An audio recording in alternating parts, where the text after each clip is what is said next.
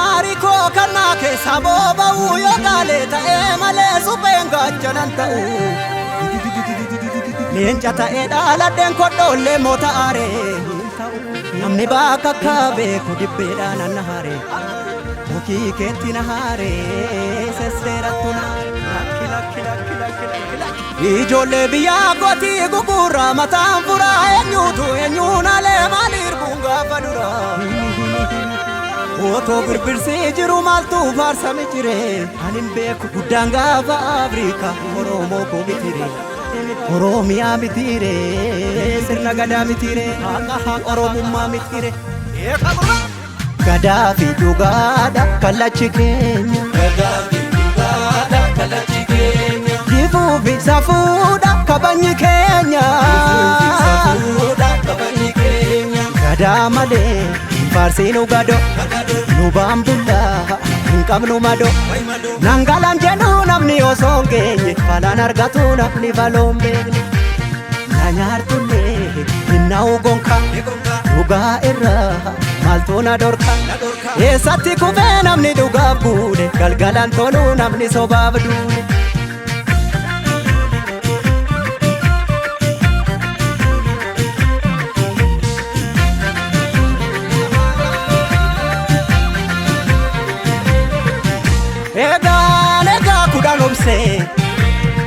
Kudan okse, kudan numa gorse Imadina nani fugu gitti dabse Obsi danga darbu kaba Arki boku kabe bodes numa kaba Natu sibata situ obdadaba Obsu fi doksu ko dabu masete Obsu fi doksu ko dabu masete Ni bekti ngarang ko sakana gote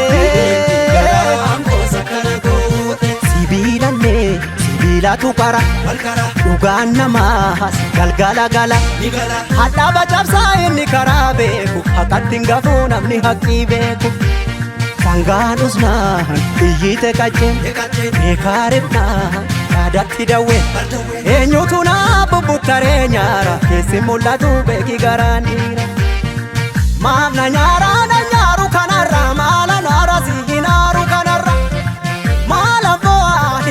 kanarra yoo jiraanne birraa walagar yoo jabaanne birraa walagar yoo waltaane mulee walagar yoo jiraanne birraa walagar yoo waltaane mulee walagar walagarraa garraa walagarraa gar walagarree jirra walii sarbuu bir walagarraa garraa walagarraa gar walagarree jirra walii sarbuu bir walagarraa garraa walagarraa gar walagarree jirra wali sarbuupe wala garra wala garra wala garra birra wala garra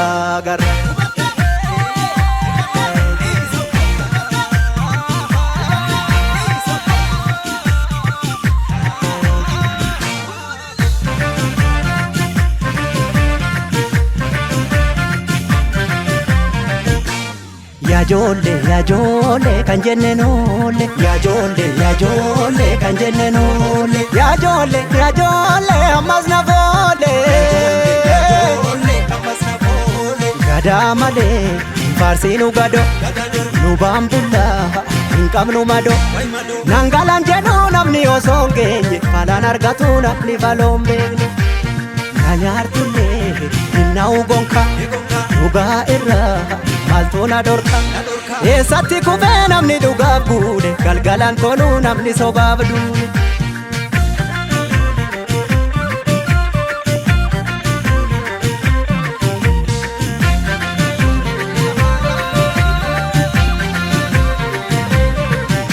Lugaan qatti satiratti akka argeen deemtu garaadha filatti Gaafa ol baatu tulluudha mul'atti Gowwaan oseen karra cufa Namni kufuu hawwee teessumatti kufa Garaa kuteessatti dukkanni ni ifa Obsuu fi dhoksuu koo dabuma seete Obsuu fi dhoksuu koo dabuma seete Ni beekti garaan koosa kana goote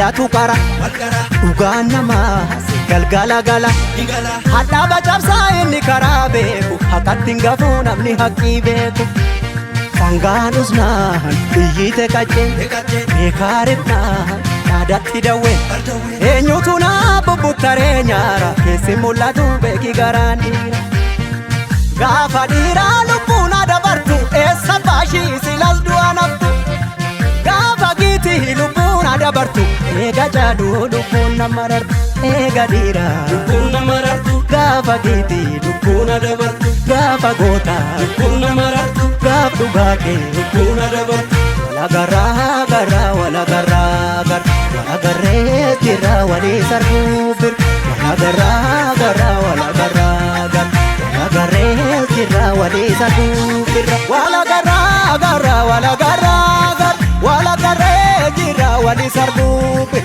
walagarraa garraa walagarraa gar walagarraa garraa walagarraa garraa birra walagarraa garraa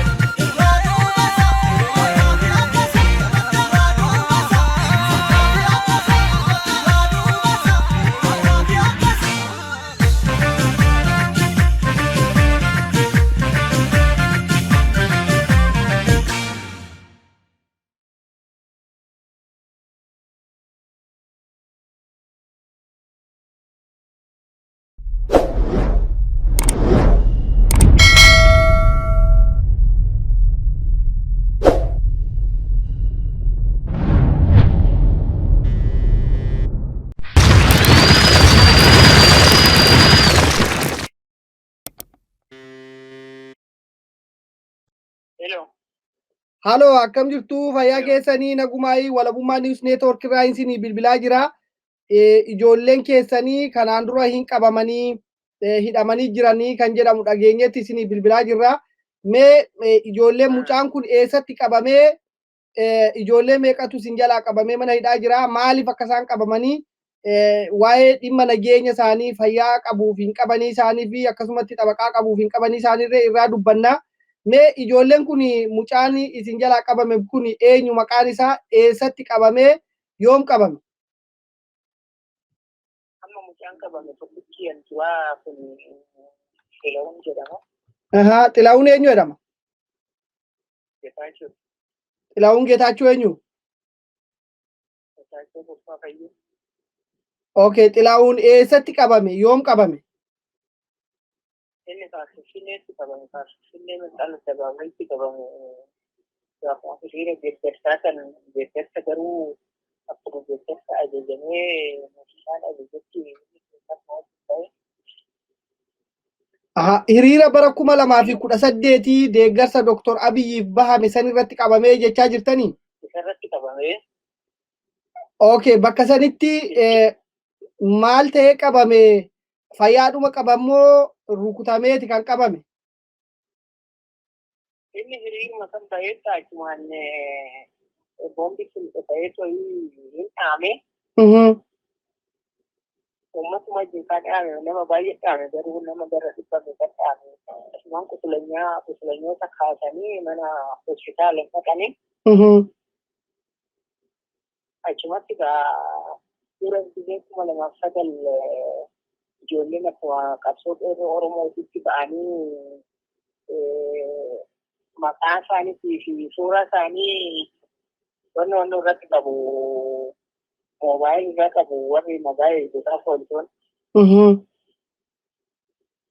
Kanumaan kaa mucaa qusulanyaa kanaaf fuudhanii ormaa wajjin hospitaalatti itti beeyman hidhaa gara hidhaa geessan. Amma eessa jira? Amma mana hidhaa kam keessa jira? Wanni irratti murtaa'ee maalidha? Maal jedhaniiti qabanii fuudhan? Umurii irratti murtaa'e jedhanii. Kallitti jira mana hidhaa kallitti. Umurii guutuutti murteessan? Umurii guutuutti murteessan. Egaa murtii kana malees miidhaa qaamaa qabaa kan jedhamu jira. Mucaan kuni qaamaa qaba, madaa cimaa qaba, mataa isaa dhaamatti jira. Kunoo madaa cimaa qaba, bakka baay'eedhaa qaba madaa.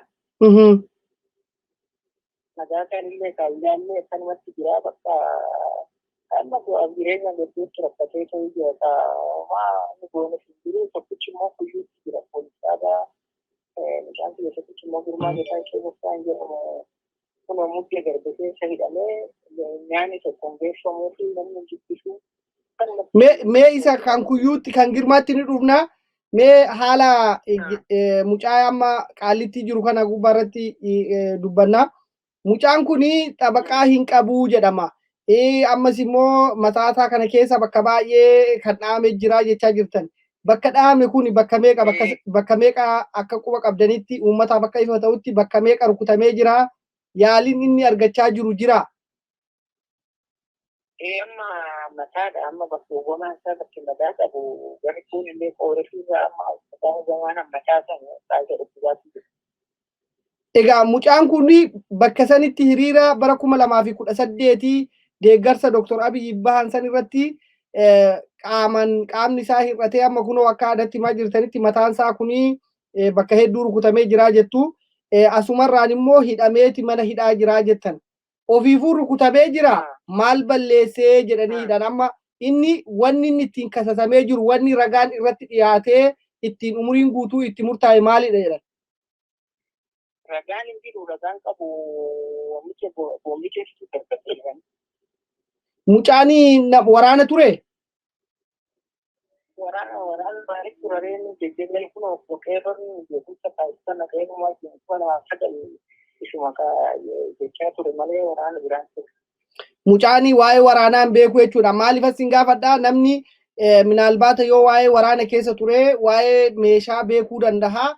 Namni immoo ijoolleen waraana keessa hin turre leenjii waraanaa hin fudhanne dhimma kana gubbaa irratti hin beekuu kan jedhu waanan amanuufanii isin gaafachaa jira. Isa kanaaf akka uummataaf isinillee ibsa gootan bal'istanii mucaan kuni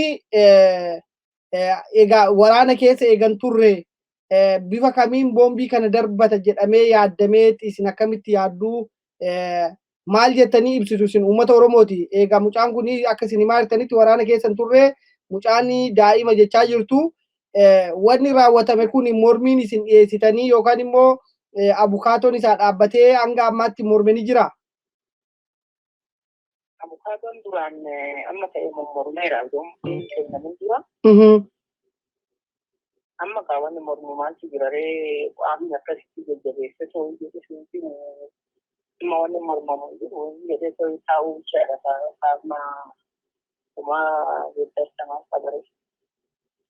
Deeggarsa jechuun amma murtiin kun seeraan ala kennamee kan jedhamu isaan diduu jechuun iyyannoo ol galfachuu hin danda'anii? Garuu maalii danda'us taanu silaa gargaaruu hin dandeenyu. Wanni ittiin gargaaru hin jiru qabeenyaan keenya isaa ta'e akkanumatti bakka inni ragaa silaa tokko qabu akkanumatti hidhanii dura gurgureetiin ragaa dhabee baasudha kaanan ganaa immoo himatuma sobaa addisii kana irratti dabalanii ta'ii kana waan eegsisanii dhiibuma. Tole egaa wanti amma isin jechaa jirtan ragaanis hin jiru namni mormus immoo mucaa kanaa fi oliyyannoo namni maallaqa ittiin abukaatoo yookaan immoo nama isaa falmu hin qabnu jechaa jirtanii isinoo akka maatitti maatiin keessan amma isin ilman irraa hidhamee Girmaan irraa hidhamee jira jettanii aanaa kuyyuutitti Girmaan maaliif hidhame maal balleesse jedhanii hidhanii mana murtiitti dhiyaatee itti murtaa'ee jira moo hin murtoofne amma? Maaltu mul'isee ta'uu mana murtiitti naqa isa gadi hin baatanudha bakka maaltu mana murtiitti naqa nyaatallee namni wayii fuudhee fi dhaqee bakka hin argu. Amma garuu dhiyaatee isaa sun beenu. Isin ijaan hin argitan jechuudha? Maaltu dhaqee ta'uu qofa namni tokkichi wayii dhaqee gaafataa ture tokko isa ijumaan bakka kanan isinatti jedhanii of eeggannoo kennanii fi inni ijumaan hafee namni dhaqee ta'uu isa dubbisuu hin jiru. Maal jedhanii qaban yeroo qabani maali wanni inni ittiin himatame jira? Himannaan itti banamee jira? Obboleessa keetitu bosona jira. Obboleessa keetitu waraana bilisummaa Oromoo keessa jira. Kanaafiyyuu bakka obboleessaa akkamittiin itti gaafatama ree? itti gaafatamuu qabda jedhanii kanumaan hidhan kaa'udha. Kanaafiyyuu amma mucaanii mana hidhaa san keessatti sababiidhuma obboleessi bosona jiruufi malee waan yakka biraa yoo tarii nama dhahee yookaan immoo mootummaa irratti fincila kaasee waan balleesse hin qabu jechuu keessanii. Waan tokko immoo goone abbaa ijoollee ishee hojjetaa qote bulaadhaa bakka amma ijoollee isaatti bittinnaa gara baate homtuun jiru qeena bishoodha. Babbate bakka manni silaa gubate manni silaa gubate bittiin tokkichaa homtuun jiru bakka wanni jiru homtuun jiru. Manni keessanii fi manni Girmaa hin gubate jechaa jirtu? Mucaallee hin gubanne maatii gadhiisuu keessaa deeme mana silaa gubate. Okay, manni keessan gubate. Mana keessanoo kan gubu eenyu? Mana kiyya hoomaa waraanatu gubate. Waraanuma mootummaatti milishaa kan taasisu. Maal balleessitan isin jedhanii isin mana isinirra guban? Qabsaadhaan mormituudha. Paartii mormituu jedhama. Isin nama paartii mormituu keessa jirtu? Garuu biyya mormii tokko biyya filannoo kana kaasaatii bakka bu'aa afaan isaanii sagantaatti jechaa qabu. Kanaafiyyuu isin akka paartii keessa jirtanii yaaduma kennatan malee ani dhaaba kana keessa jira jettanii wanni isin mootummaa kana akka paartiitti ijaartanii nama ijaartanii waa gootanii jiru jechuudha. Maal goone reen garuu ani bira 2009 kanan beeksifamaa kan ta'etu kiyan qilxoo fi qaallitti turee ta'e. Waggaa meeqa hidhamtan isin qaallittiitti? Waggaa tokkoo fi 9 hidha. Waggaa tokkoof 9 maal balleessitaniiti si hidhamtanii yookaan immoo wanni manni isin irratti baname maal ture? Wannoodha waggaa kan shororkeessa jedhamu taasisanii shororkeessa jedhanii ta'uu danda'u wayyaa. Egaa amma wanni kun akkanatti maa jirtanitti maatii dhumarraa isinitti dhufaa jira. Ijoolleen kuni waa'eedhuma maqaa keessaniitiif jechuudha kan amma mucaan sunis hidhamee kunis immoo kuyyuutti amma Girmaanis kan hidhamee jiru sababaadhuma keessanii isin dura waanuma oromummaa keessan cimsitanii fi sabboonummaa keessan cimsitaniif jechuudha kan dararaan kun isinirra raawwachaa ture. Akkuma kanatti malee sababni bira namaa gosolee kan qulqullee adeemsifamaa nama dhuunfaadhaan wallallee namni tokkichi wanni uumaman jiru sababni sabboonummaa kanaas malee.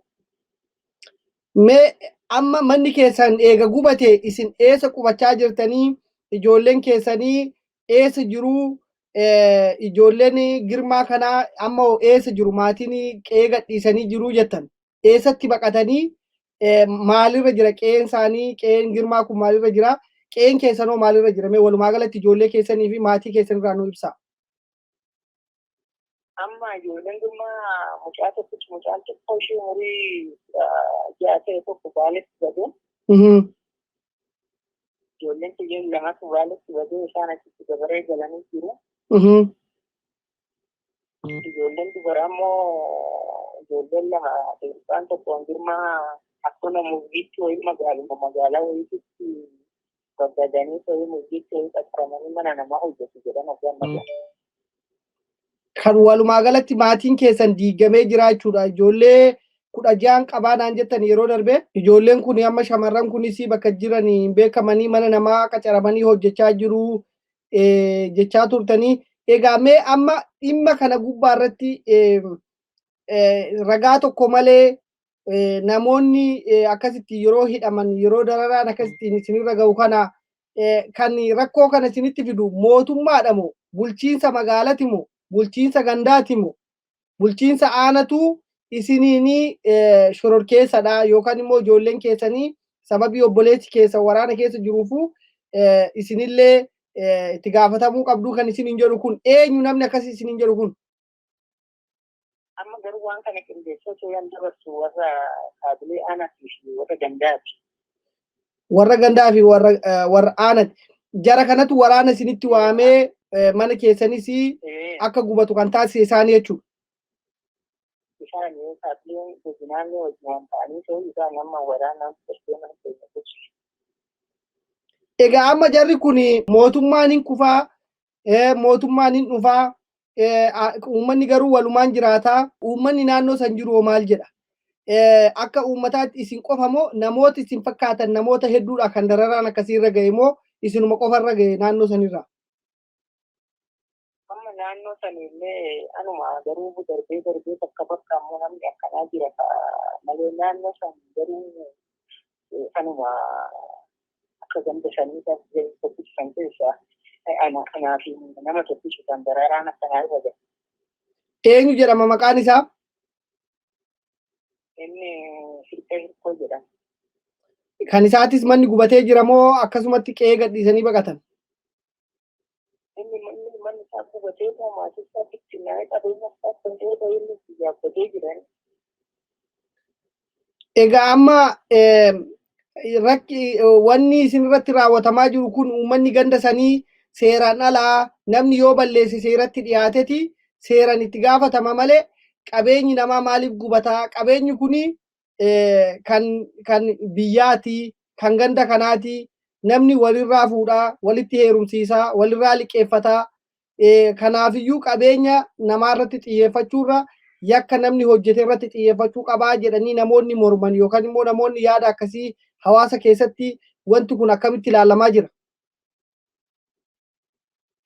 Amma maanguddootiin baay'ee mormu maanguddootiin biyyaa jiraa miti. Maaliif kana ta'a jennaan isinuu hin jedhamtu bakka hojii kanaa kaatina isinuu sammuu qabdu jedhanii maanguddootaan doorsisanii jechuun biifan ta'a.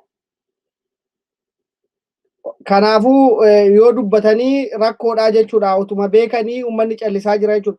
Meegaa amma isin ijoolleen keessanis namoonni naannootis akka jechaa jirtanitti dubbachuu hin danda'anii isinis seera fuuldura dhaabbattanii mormachuu hin dandeessanii. Amma waan nama gaddisiisu maal ta'edha? Amma bakka silaa sanyii dubbugaa sanyii irratti raawwachaa jiru irratti mucayyoo xiyyaa tokko meeshaa gandaa ture. Tole. Mucayyoo teessan tan fuudhe moo? Mucayyoo xiyya fuudhu biyyoo kan danda'u kan teessu jira. Eenyu maqaan ishii? Maqaan ishii Xajjii Geetachow jedhamti. Xajjii Geetachow Amma mucaan ishii fuudhe kun kan wajjin turan ijoollee gara 6 moo 7 wajjin horataniiru. Amma kan waqqasanii wajjin hin deemtu ati basaasuudha achi basaasa achi ciitii keenya achi dabarsisaa jedhanii to'ii isa mannessanii. Amma gaawwan wallaalee mucayyoo irra ta'utti maatii kana hunda irratti ani garuu rakkoo daa'ima biyyaa arguu irraa jedhu amma samoon darbu himbootii kana keessa manuma ofii taa'ee ta'uu isiniidhaan of ajjeesin mataa ofii irratti bakka. Kannaan jechaa jirtan sababii keessaniif wanni inni basaastuudha jedhamuufi waanuma intala keessan fuudheef immoo dhuguma basaasadha moo maaliif basaastuudha jedhanii? Inni waanuma intala biyya fuudheef obboleessa haadha manaa keessatti irratti basaasta jedhanii kaa'amni sila obboleessa sana jira jedhanii kana waqqasan kana. Kanaaf amma kan of ajjeese kun eenyu maqaan isaa soddaan keessanii jechuudha. Amma abbaa ijoollee jahaatitu basaastuudha jedhanii yeroo tokko hin hidhuu yeroo tokko immoo hin gadhiisuu kan jechaa jirtan kun maqaan isaa eenyudha? Ganda kamitti of ajjeese? Mee isa nu ibsaamee uummataaf akka ifa ta'utti. Maqaan isaa Bojjaa Katamaa Jimaa jedhama. Bojjaa Katamaa Jimaa jedhama. Aanaan kuyyumaa gandi isaa ganduma daruu guddisaa ganduma miidhuu kana keessa. Kanaan of ajjeese ji'uma gumbootii kana keessa. Ji'uma gumbootii kana keessa amma gaa eega inni of ajjeesee waan isaan mana hidhaatti hiraarsanii ati isa nu basaastaa hojjechuu hin dandeessu lakkii hojii kana hin barbaadu jedhee keessaa hin bahu ture silaa. Faayin hojii hin barbaadu yoo bahe silaa ani dhamuu dararamuu na kana huwan dararamuu kan uumaa jedhee kuma bakka taphata jechuudha fayyadu. Waan hedduu nama gaddisiisu egaa rabbiin jajjabina isaa fi obsa isaa isiniif haa kennu. Waan takkaa namatti ilmi namaa kana biyya jireenya keenya keessatti dhageenyee hin beekne soddaan kee bosona keessa jira soddaa keetiif basaastaa jedhanii akkasitti nama hidhuun nama hiraarsuun hedduu nama gaddisiisa. Mee ijoollee meeqatu heerumee jira? Ijoolleen keessan immoo warri immoo hin heerumne eessa jiru? Ani heerume takkabichaadha. Ijoolleen dubaraallee hunduu heerume. Ani heerume sun immoo haadhumaatiin baddee galduma firaatitti elmaaf tokkofachaatti jiru. Baasaan naannoo irraa fagaatanii ta'ii aanaan biraa keessa deemanii. Yoo ganda isin keessatti jiraachaa turtan keessatti dhalattanii guddattanii abaabilee meeqa keessatti lakkoofsitan keessa ijoolleen keessan jiraachuu hin dandeessu jechuudha? Ijoollee si jedhee si warri shoota biyyaa warri shira kunoo wanti obbolaa abbaa biyyaa obbolaa akaakayyuu biyyaa kan ta'an tokkichi jiru ganda isaan keessa ayyaamanii badan. Waan baay'ee nama gaddisiisu. Egaa uummanni Oromoo kana hin dhagaa. Amma aanaa biraa keessa illee hin jirtu obboleettiin biyya takka ta'an eessuma ta'uuf kan dhalte. Ayyaamanii haati manaa isaanii amma aanaa warra jaartootti hidhaa jirtu dubartii hidhamtee ta'e. Eenyu kan hidhamte tun immoo maqaan ishii? Maqaan ishii tokko garuu warri keessaa baasee alamii jedhuuni maqaa warra ishii caalaa bahii akka jedhan aanan keenya addaan ilma obboleettii ishii jalaa haadha manaa hidhanii jalaa sodaatee gannaa. Isin gaa eessumatti immoo maalitti ooltanii mucayyoo tana? Ani keessumattan olaaf laalu ijoollee meeqa dhalte ijoollee torba dhalte laali amma kan ijoolleen dakkalatti saduu oliijeeti sabaa daree haadha hidhanii abbaan ijoollee koo qabatee daggala keessa dhufate. Kuni aanaa jaarsoo keessatti? Aanaa warra jaarsoo keessatti aanaa warra jaarsoo hin jedhamu kun akka gaarii qabxeessu. Nan beeka. Egaa achi keessas intalli isin eessumatti ooltaniif kan ijoollee torba qabdu. Ijoollee ishiititu waraana keessa jira kan isii immoo? Maal ijoollee xixiqqaadha keessi horiiti. Ijoolleedhuma kana badee jechuudha. Eessidhuma mucaan suma biyya ta'e kana godha. Gariitti balleessudha. Hedduu gaddinaa. Egaa kun waanuma takkaa dhagaamee hin beekamne waan jennu. Mucaan haati manaa isaa hidhamte kiisoo masqalaa jedhama. Eenyu masqalaa jettan? Kiisoo masqalaa. Kiisoo masqalaa. Haadha ijoollee torbaa hidhaniin immoo baqatee bosona jira jechuudha. Hidhan haadha ijoollee. Egaa rabbiin isaan bira haa dhaabbatu jennaa. Yeroo isaan qabanii hidhan kanas ishiidhanillee himanni irratti banameeti moo akkasumatti fira keetitu bosona keessa jiraniiti kan isaan hidhan?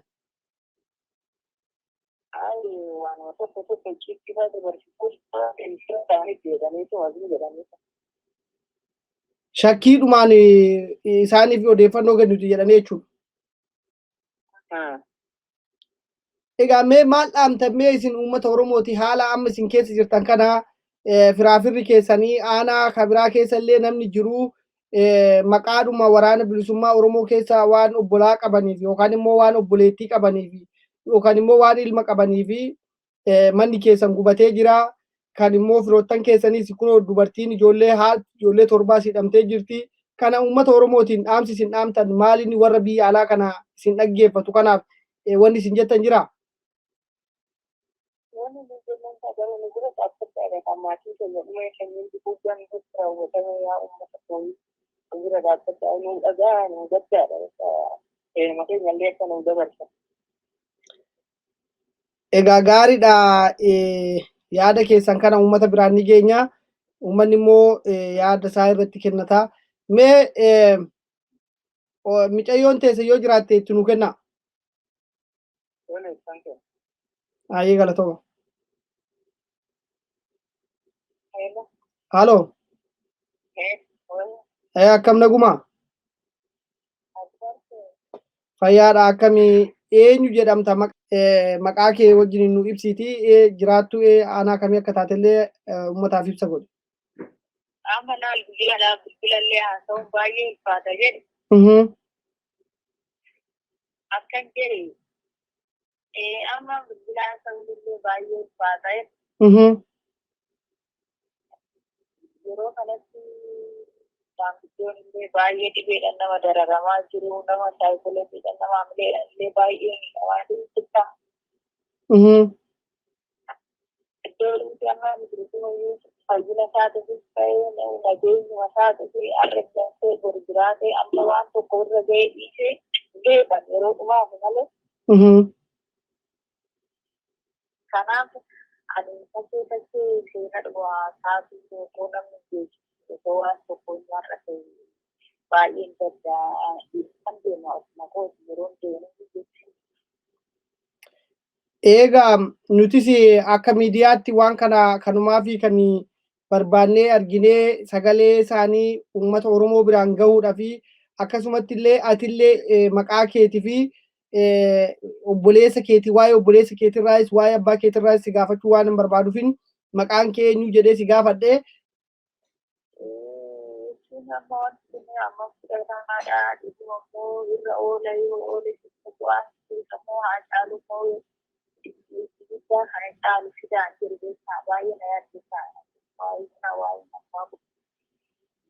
dhugaa dhagaa nuti akka miidiyaatti sagalee keessan uummata biraan isinii geenya uummanni immoo dhaggeeffatee kan sin gargaaru sin bira dhaabbata rakkoo uummata keessa jiru rakkoo hawaasni keessa jiru uummata biraan gahuudha uummanni birmatee fi akkasin bira dhaabbatee fala tokko haala dinagdeetiin illee akkasin jajjabeessu kanumaa fi wanti nuti waan kana irratti hojjechaa jirru yoo danda'ame obboleessa kee maalirra akka inni jiru murtoon irratti fudhatame wayi dhaqxee argitee ati ija keetiin maal fakkaata yoommoo hin dhukkubsataa jedhama dhukkuba isaa kana waliin mana yaalaa dhaqee akka inni yaalame wayi quba qabdaa waan irraa nu ibsitu qabdaa isarraa obboleessa kee Xilaahuun irra. Ani amma laale ofii kootituu beekaa nama horii jalatti cufamee ogeessitti asalaa keessatti ogeessitti bishaan keessatti ogeessitti dhoowwatu. Amma waan si harka jiru tokko loon illee haa ta'u nama illee haa ta'u nama ofii keessatti har'a keessatti waan barbaadde fidhattee waan barbaadde dhoowwatu beektaa?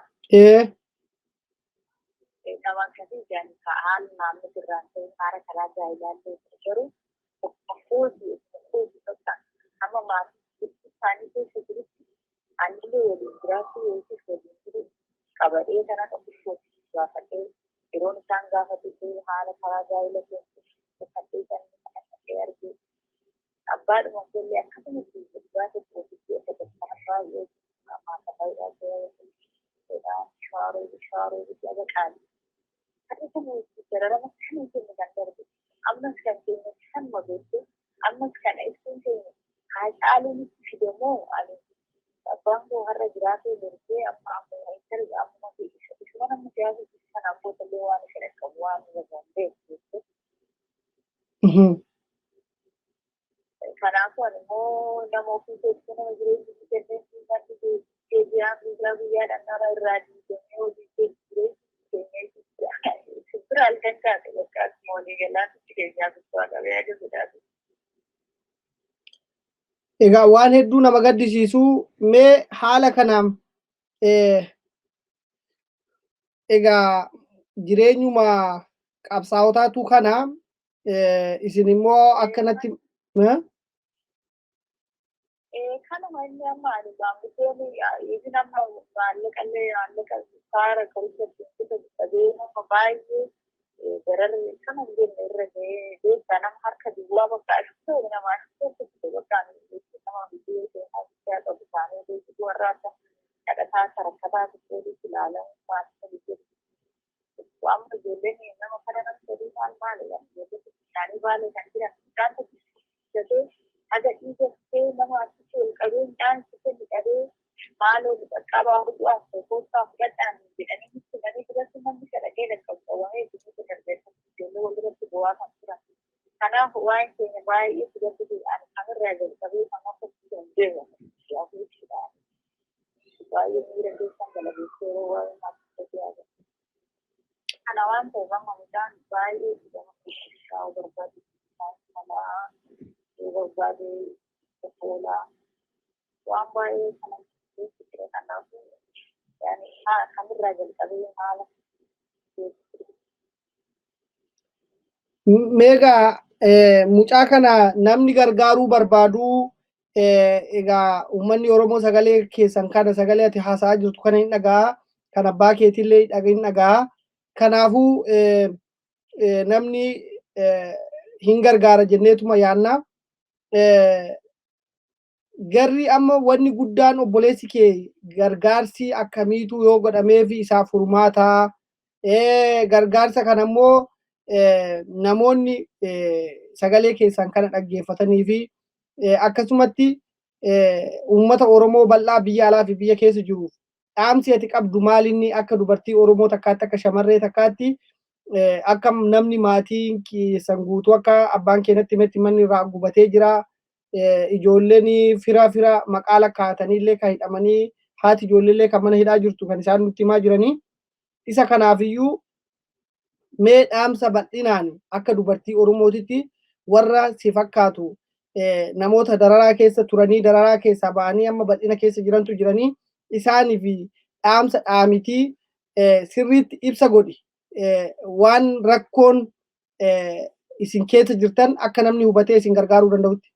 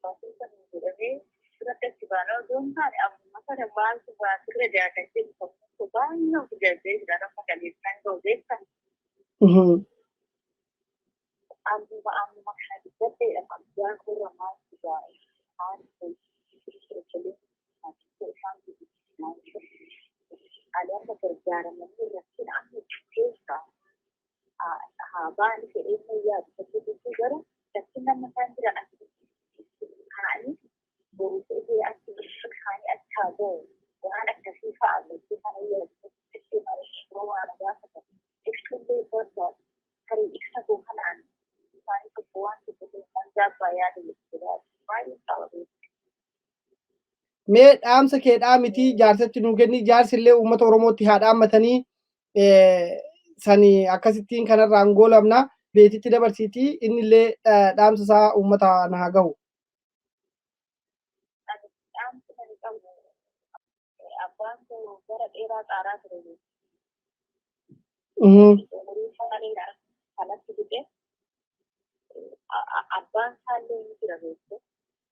Akaakayyuun keessan hin jiraa? Abbaan isaallee ni jira. Ka'uu dhabee manatti erga haasofsiiseera. Amma akaakayyuu yookaan eebbee awwaala jedhee kan baay'ee hooraa jiru. Dhiira darbee jiru. Abbaa hojjetu manaaf ala jiru hojjetu. Waan jedhan waan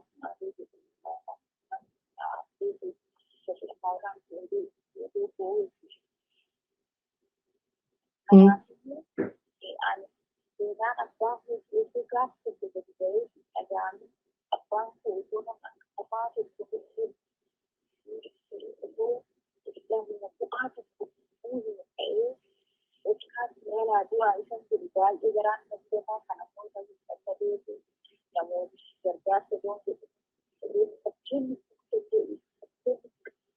uffata kanaa kan namni qaare yookiin dhagaanii abbeen kun du'aadhee yaaddaa sadii tokkoo taanaan ani sabitti duraa jedhee yaadu sabitti natti deemjedhaan abbaa koo bishaan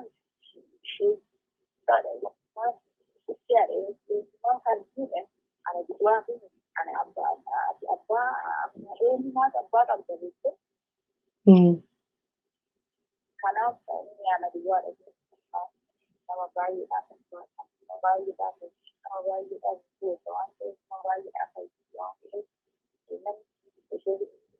waan tokko ta'e seenaatu jechuudha seenaatu gadi seenaatu qabamee yaada akka fedhan ofitti deemsa jedhee kan kanaaf itti tokko nama kan gargaaree waan irraa barachuu illee kan baratanii dhagaa'ee iddoo namni ittiin jaallatee sabni illee gaabbisa sabitti gaabbatee yaadaan lama gaafa guyyaan ta'e.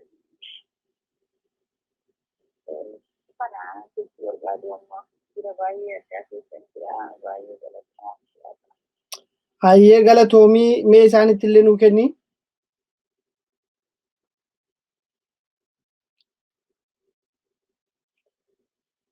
Halo. Wanni isin dhaamtan dhaamsa irraa maayii uummataa fi dhaamsa dhaamatii walitti deebina yeroo biraallee deebineeti isin gaafanna.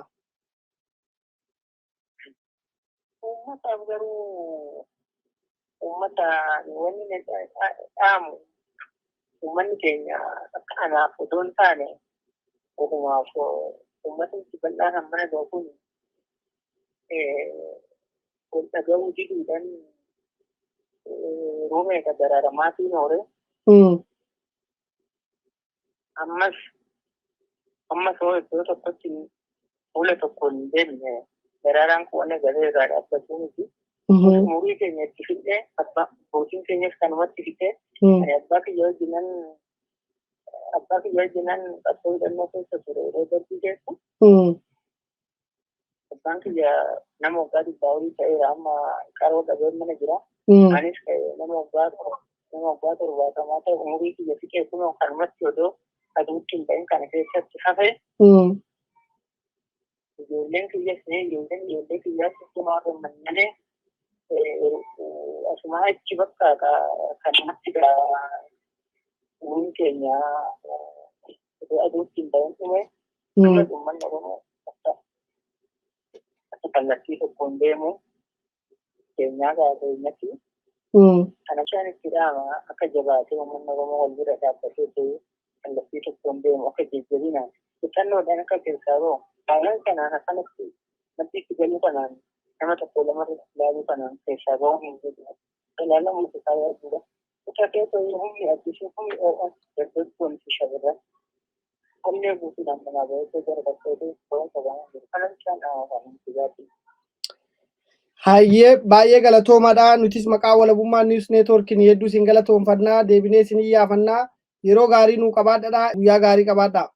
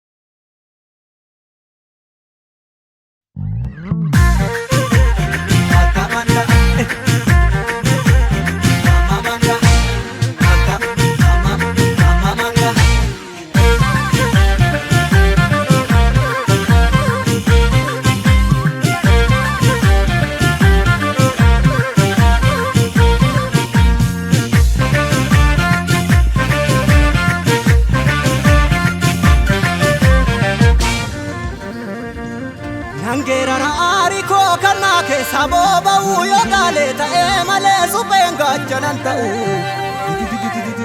leenca ta'ee dhaaladheen kodhoollee moota aaree namni bakka akka beeku dibbeedhaan anna haaree mukii keetti na haaree sesseerattu na ijoollee biyyaa gootii gugurraa mataan furaa eenyuun alee maaliirbuun gaafa duraa. Oto birbirsi jiru maaltu faarsame jire anin beeku guddaan gaafa Afrika Oromoo ko mitire Oromiyaa mitire sirna gadaa mitire haqa Oromummaa mitire gadaa fi dhugaadha kallachi keenya gifuu fi safuudha kabajni keenya gadaa malee Farsinu gado, nubambula, inkam numado. Nangalan jenu namni osonge, falan argatu namni valombe. Nanyar tunne, inna ugonka, duga irra, maltuna dorka. Esatti kufe namni duga bude, galgalan tolu namni sobabdu.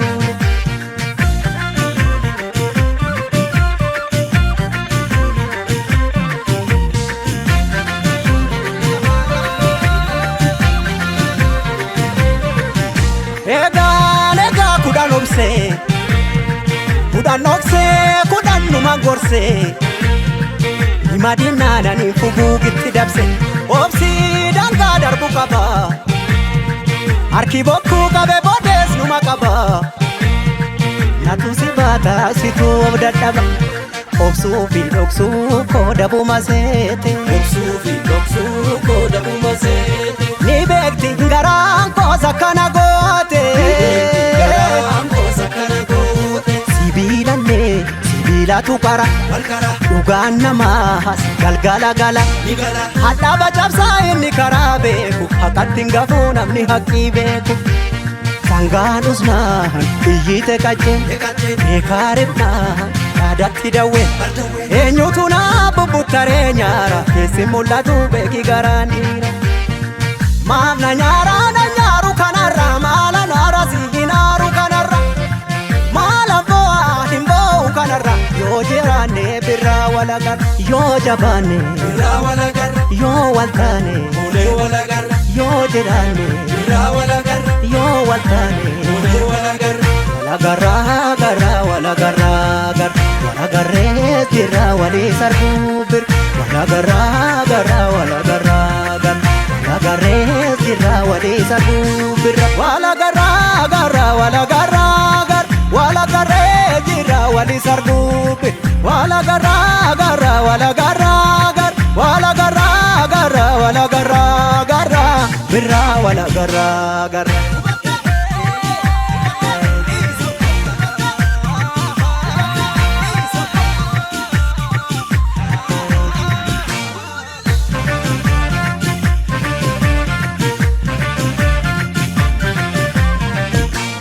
ya jolle kan jenne nolle ya jolle kan jenne nolle ya jolle ammas na bolle gada male farsinu gado nu bambulla hin qabnu mado nangalan jedhu namni osoo hin geenye falan argatu namni faloon beekne nyaartulle hinnaa'u gonka dhugaa irraa maaltoona dorka eessatti kufee namni dhugaaf guude galgalaan toluu namni sobaaf duude